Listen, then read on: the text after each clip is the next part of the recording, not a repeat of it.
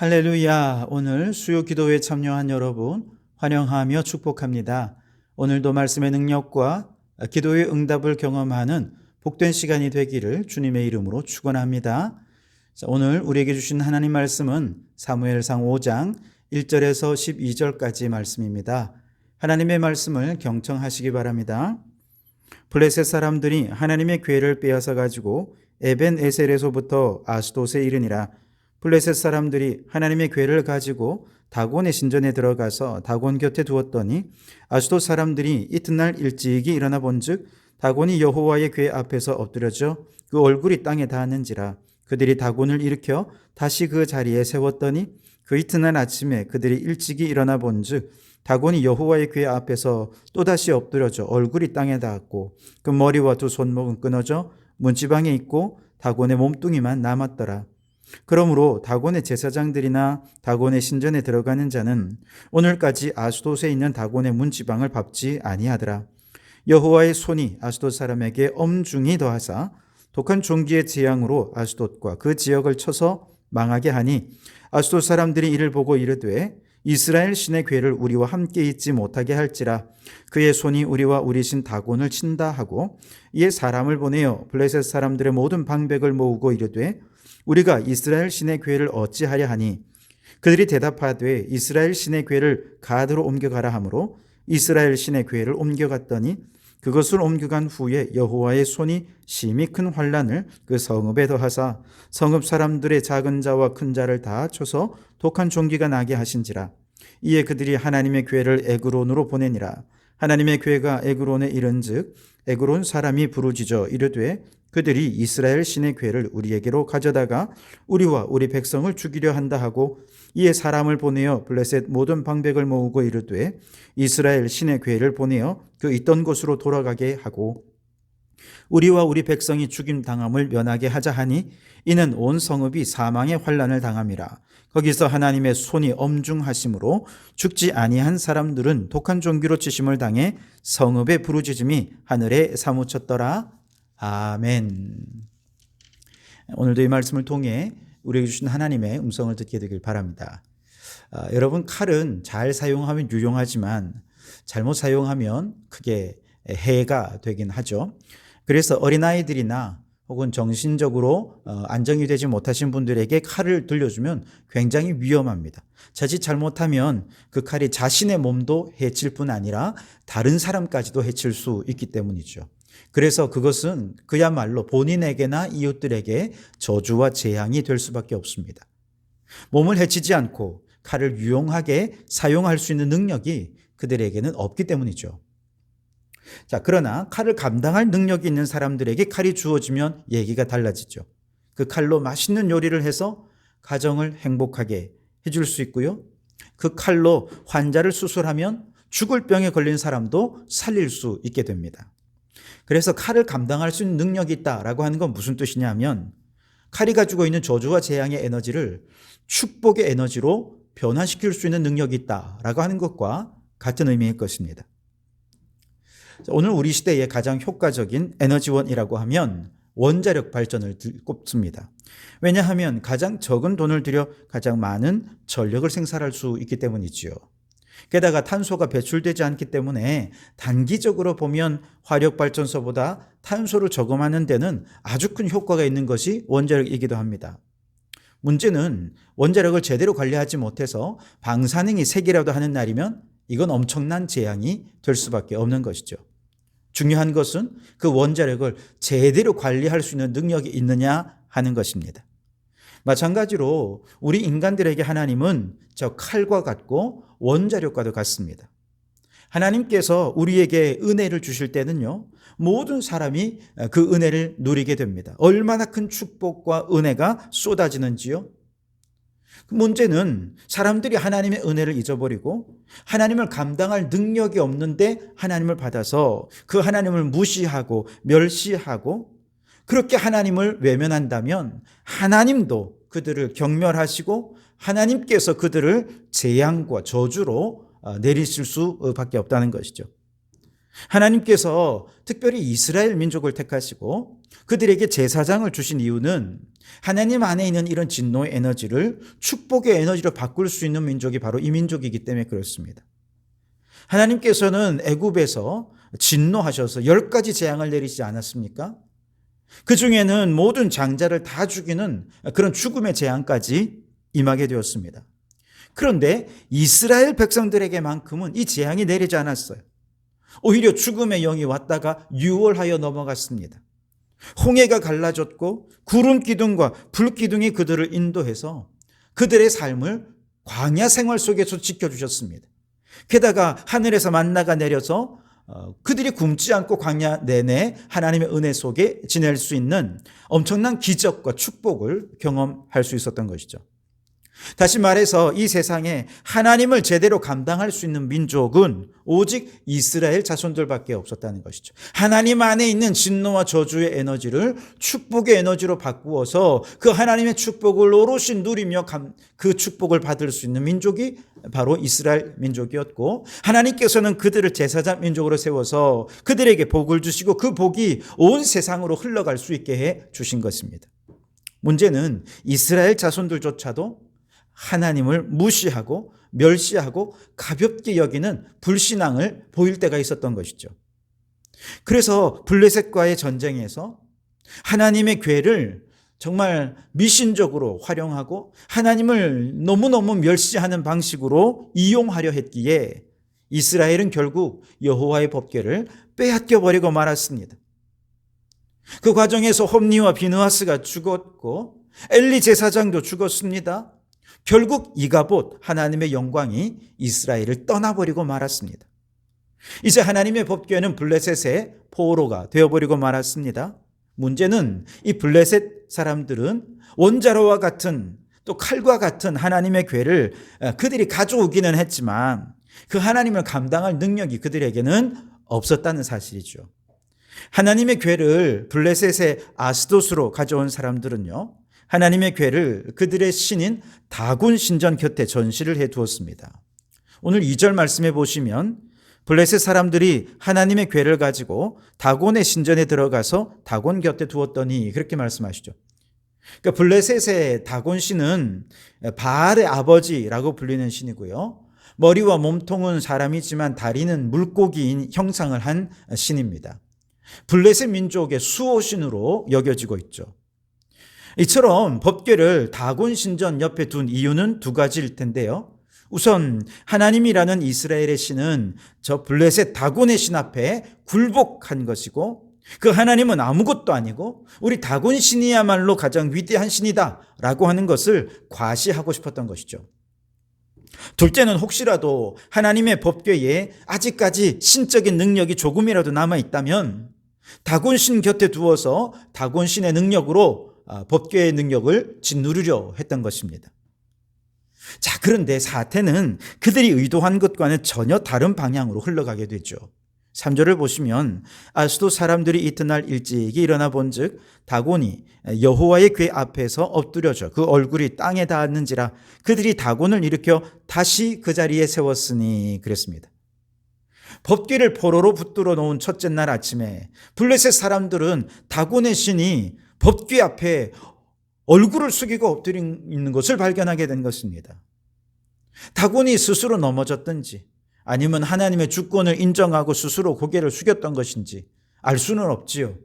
그런데 그날 밤에 다곤 신이 그곳에 쓰러져 있었던 것입니다.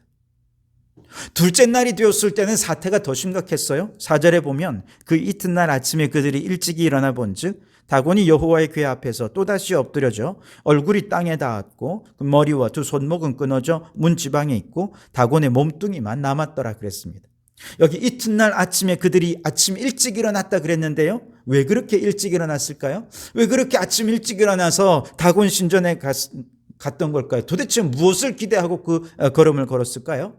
아마도 그들은 틀림없이 여호와의 법궤 위에 군림하는 다곤 신과 패배당해 쩔쩔매는 하나님을 보기 원했던 것일 겁니다. 그러나 그들의 기대는 속절없이 무너졌고 이번에도 반대로 다곤 신상이 법궤 앞에 얼굴을 숙이고 있는 것을 다시 한 번 더 발견하게 된 것이죠.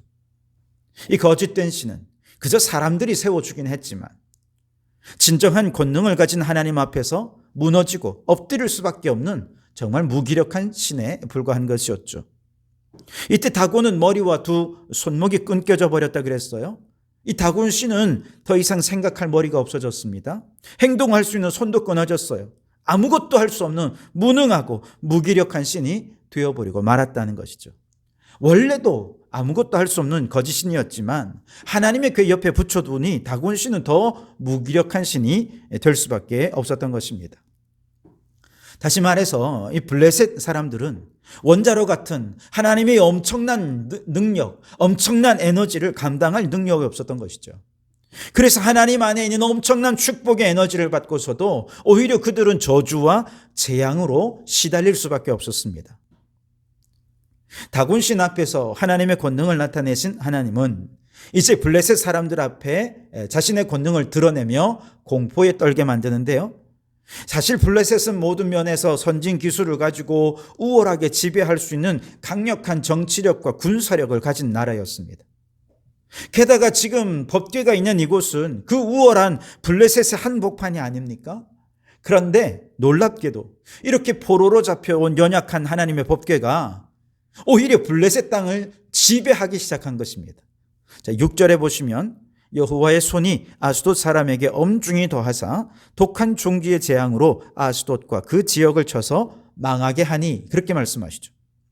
자, 이제 다곤 신당 안에서만 하나님이 역사하신 것이 아니라 그 신당을 넘어서 이제 여호와의 법궤가 머물고 있는 아스돗이라고 하는 지역 전체에 하나님이 역사하시니 독한 종기가 발생하게 되었습니다. 이 독한 종기는 정확히 어떤 성질이었는지는 알 수 없지만 분명한 것은 사람들의 신체에 고통을 가하는 그런 종류였을 것입니다. 그러자 아스돗 사람들이 오히려 하나님의 권능을 인정하게 되는 지경에 이르게 되죠. 7절에 보면 아스돗 사람들이 이를 보고 이르되 이스라엘 신의 궤를 우리와 함께 있지 못하게 할지라 그의 손이 우리와 우리 신 다곤을 친다 하고 그랬습니다. 이 독한 종기가 바로 여호와의 신의 권능에서부터 나오는 것이다. 블레셋 사람들이 그걸 인정하고 있는 것이죠. 정말 아이러니한 광경이 아닙니까? 이스라엘 백성들은 하나님의 권능을 입으로는 인정한다고 하면서 실제로는 인정하지 않아서 결국 여호와의 궤를 빼앗겨버리고 말았는데 이 블레셋 사람들은 처음에 여호와를 무시하던 사람들이 이제 하나님의 권능을 인정하고 그 하나님의 권능으로 그들이 고통당하고 있다고 인정하면서 여호와의 법궤를 옮겨가라고 얘기할 정도가 되었던 것이죠. 그래서 8절에 보면 이 법궤를 가드로 옮겨갔더니 가드에서도 똑같이 독한 종기가 나고 그래서 이 가드 사람들이 큰 고통에 시달렸고요. 10절에 보면 이번엔 에그론으로 옮겼더니 에그론에서도 똑같은 문제가 발생해서 에그론 사람들도 막 부르짖습니다. 여호와의 신의 궤가 우리 백성을 죽이려 한다. 하나님의 능력을 그들이 인정하고 있는 것이죠. 처음에는 포로가 되고 붙잡혀 와서 이 법궤는 더 이상 아무런 능력을 발휘하지 못할 줄 알았습니다. 전쟁에서 패배한 신이 무슨 능력을 발휘하겠느냐는 것이죠. 그런데 오히려 블레셋 진영 한복판에서 다곤 신을 엎드리게 하더니 블레셋 땅을 휘젓고 다니며 이 백성들의 입으로 하나님의 권능을 인정하게 만들면서 결국 하나님이 온 땅의 주권자이심을 나타내었던 것이죠.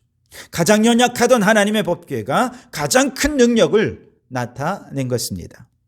그래서 사무엘상 5장에서 우리가 만나는 하나님은 역전의 하나님이십니다.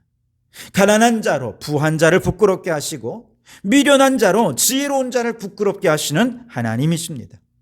사사시대 이스라엘이 에글론에 의해 핍박을 받고 공격을 받아서 너무나 고통스러워할 때에 하나님께서 에훗이라는 사람을 사사로 세울 때가 있었습니다.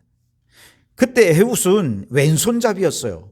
왼손잡이라고 사람들로부터 놀림을 받았습니다. 학자들에 따르면 그는 단지 왼손잡이였을 뿐만 아니라 오른손이 없는 장애인이기도 했다는 것이죠. 그런데 하나님께서는 한쪽 팔이 없는 왼손잡이 장애인을 사서로 세워서 이스라엘을 구원하려 하셨다는 겁니다. 사람들은 모두 아니 어떻게 이런 장애인이 이스라엘을 구원할 수 있을까? 비웃었습니다. 왼손잡이가 무슨 일을 할 수 있겠냐? 라고 비웃었어요. 그런데 에훗이 정말 놀라운 일을 행해냅니다. 어느 날 에훗이 에굴론 왕에게 조공을 바치려고 찾아갑니다. 그러면서 신하들에게 왕을 좀 직접 알현하게 해달라 요청을 하죠. 그리고 왕을 만났을 때에 내가 친히 할 말이 있으니 단 둘만 남겨놓게 해달라고, 신하를 좀 다 물려달라고 그렇게 요청을 하죠. 그때 왕도 그렇고 또 신하도 그렇고, 아유 저 왼손잡이가, 저 어설픈 애가 무슨 왕을 암살하고, 저건 위협받을 존재도 안 돼. 오히려 그가 왼손잡이고 또 한쪽 손밖에 없는 장애인이라는 사실이 그들의 경계를 풀게 만든 것이죠.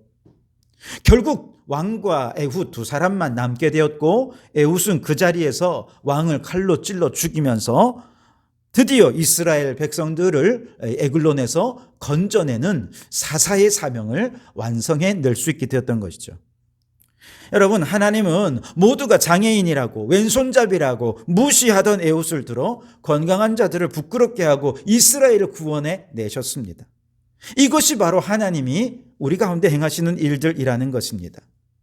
작은 자가 큰 자를 섬기고 먼저 된 자가 나중되고 나중된 자가 먼저 되는 것이 바로 하나님 나라의 원리라는 것이죠. 먼저 섬기는 자가 되지 않고서는 결코 큰 자가 될 수 없어요. 먼저 마지막에 되어본 자라야 으뜸으로 세움받을 수 있게 되는 것입니다.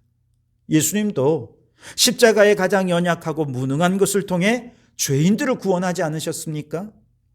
죽음을 통해 죽음의 세력을 잡은 자 마귀를 이기시고 부활 승리하셨죠.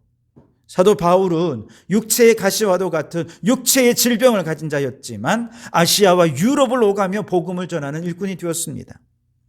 우리가 잘 아는 헬렌 켈러, 눈도 못 보죠, 말도 못하죠, 듣지도 못하는 삼중고를 앓는 여인이었지만 장애인 최초로 인문학, 법학 박사가 되었고, 전 세계를 다니며 장애인들을 위한 모금운동을 펼쳐 장애인 학교를 세우고, 특히 2차 대전 이후에 전쟁 중에 장애를 얻게 된 수많은 사람들이 절망 속에 살아야 했던 그때에 그녀의 활동이 수많은 장애인들에게 희망을 얻게 해 주었습니다. 이처럼 가장 연약한 중에 가장 높으신 하나님의 영광을 나타내었던 이들 모두의 공통점이 무엇인지 아십니까?